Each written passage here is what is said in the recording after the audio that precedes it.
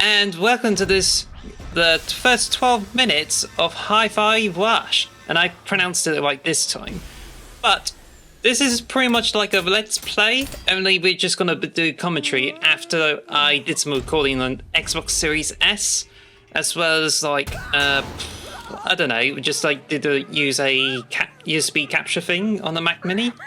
So I'll just probably give more details into it, but this is like 10 years after I started to do Let's Play videos on YouTube, but now it's just like, not interested. And then now with this, with a better setup, I can now start doing gameplay, and hopefully I can do this in 1080p 60 frames per second. So just going to introduce you to Lewis, aka Potato.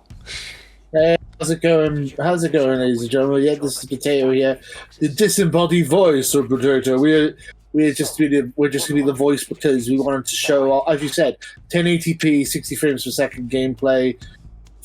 This is direct from the Xbox Series S. You recorded. Yeah, it looks very nice and polished. I think this game looks beautiful. Just gonna throw that out there.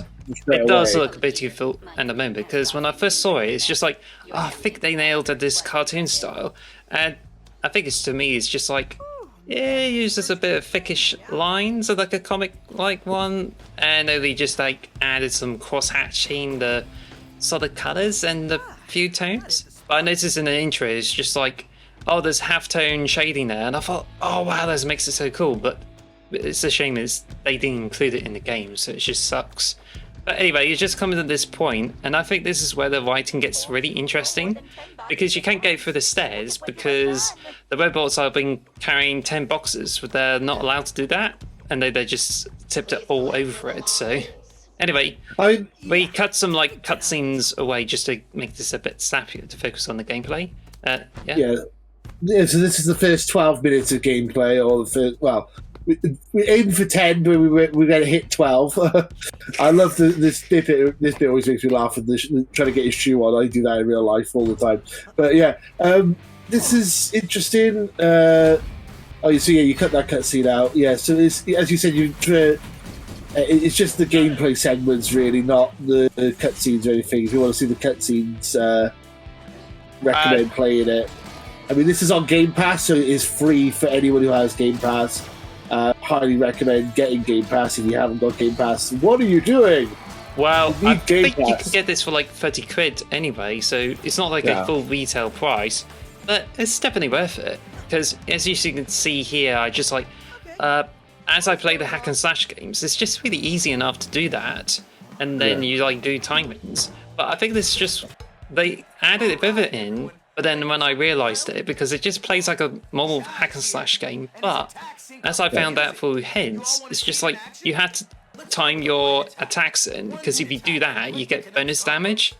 I think I saw somewhere that there should be a difficulty with, I think it just kind of makes it more you had to hit the right rhythm, or else you don't do well, but I haven't really into it. Yeah, because games like Metal Hellsinger have done this as well, but I feel like this game does it really well. And if your timing's a bit off, it's not the end of the world. I think if you're someone who's I got no rhythm, I suck at rhythm games, I'm going to struggle with this. I'm not going to play it, because if that puts you off, don't worry. You don't need to be very rhythmic to be good at this game. It helps a little bit, but honestly, you don't need to have a good rhythm to play this game. You just need to, you can play it like a DMC or a God of War or a Bayonetta game. It is just a hack and slash, but the music does add to it, but I don't think it makes it more difficult. Even though it's interesting. The game explains later on as well that everything moves with the beats, including the enemies. So if you do start to learn the rhythm, that does help, because then you'll know when to do dodge moves and when to exactly to attack and stuff, when the openings are and stuff like that.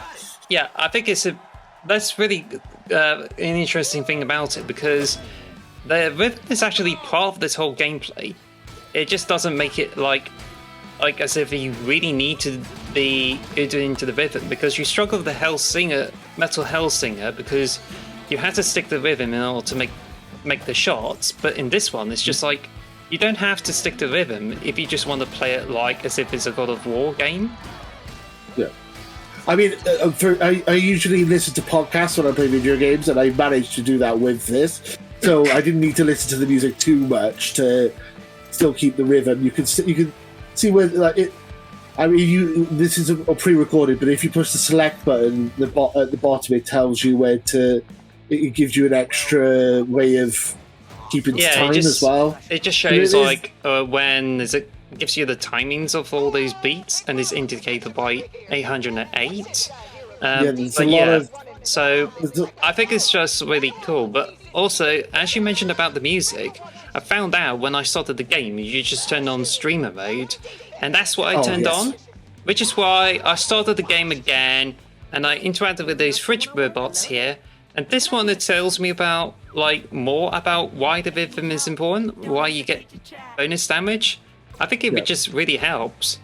But it's really nicely designed. Like it gets that atmosphere. Like when you started the game, it gets into those heartbeats, and then it just plays music as you get augmented with the iPod that's inside of your heart.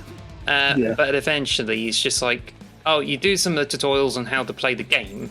But if you want more hints, talk to the fridges, because it doesn't patronize you like that. It just wants you to have fun. Yeah, so that was also what I was going to mention as well. That there is a lot of accessibility options in this game. You can remove the rhythm stuff off completely if you struggle with it. And also, as you said, the streamer mode. So if you are someone who likes to do live streams on Twitch or whatever, and you're worried about getting copyrighted, there is a streamer mode on here to remove all copyright music. So you are free to play this online and play this with on your YouTube channel or on your Twitch. That is an option as well, which I think is really cool. I think more games should have that option because a lot of people like to live stream, and it does kill it a little bit. But you look at the gameplay; it's just so beautiful. This game, and it's like so. I mean, it is about just keeping a combo. You got a light attack, heavy attack, dodge. Later on, you get like a grappling hook, and then you get. It? Oh, you already spoiled me that because I already completed the first level. That's just got this boss, and I already got as far as the basement. And you can actually pet the cat in order to get the achievement, but that's as far as I can go because I just need to get myself some lunch. Yeah. So I'm not going to spoil any more than that then. But there's a lots of the gameplay is a basic hack and slash, as I said, like Bayonetta, DMC, God of War, but it gets more and more complicated. They add more and more things to it as you go. But no, in a good way. There's more stuff to do. It's not. It keeps it interesting. And I think you get different types of enemies, and you get different types of attacks. And you can buy new combos and stuff, and you can buy new special abilities. Yes, and it does keep it fresh. So far, I'm not bored of the gameplay yet, and I'm about 3 levels in. That is really a good thing because if it keeps you going and all those things, because I think it just kind of adds more. I think you can summon other people to solve puzzles, for instance. Yeah. You can. I wasn't going to mention that because you said about spoiling the grappling hook, but yes, you can summon people as well. That comes into play later on. If you've played God of War Ragnarok or 2018, when you got Atreus using the bow and arrow, it's like that kind of feel. You push a button and then it. So it's just basically. Well, I'm not. It's a little bit of a spoiler. If you push RT with the certain character, and then they just pop out and shoot someone from a distance. So it's like having a distance fight. It's like having an extra button, an extra move. You see. Yes. I've only unlocked one character so far because I'm not completed it yet. So I'm enjoying this so far. Also, I was going to mention this game is very top heavy. Or the opening is very heavy with tutorials. So hopefully it doesn't dry your patience because there is a lot of tutorials to get through. But it does get. I don't think it's a lot of it is that intrusive because it's only if you talk to the fridges a lot that you get more tutorial stuff. So they try to reduce that. Sorry? There's an achievement for talking to all the fridges that I've been trying to get. I just already missed someone in the first level.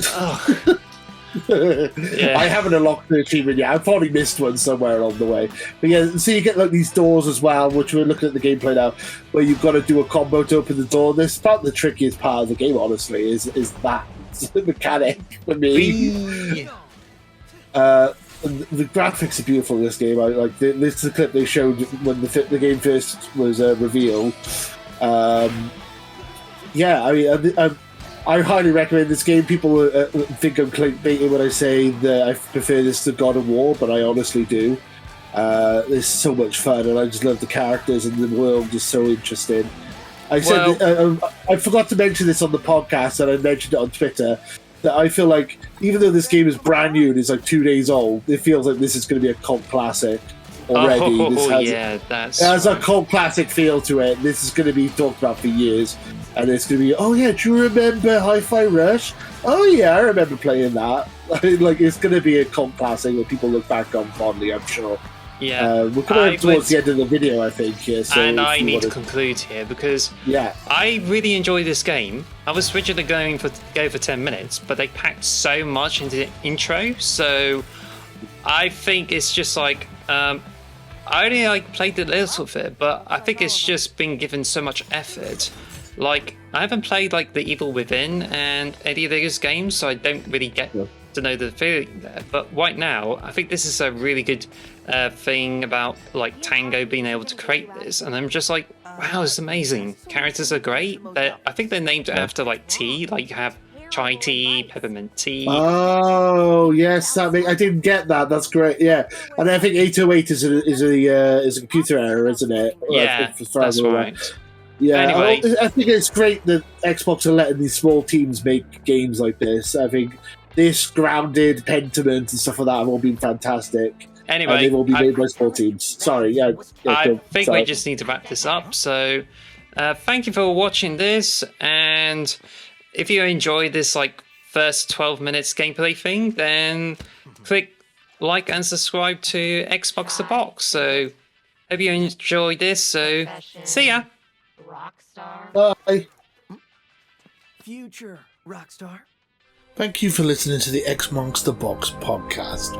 Follow us at X Marks Box on Twitter or X Marks the Box on YouTube.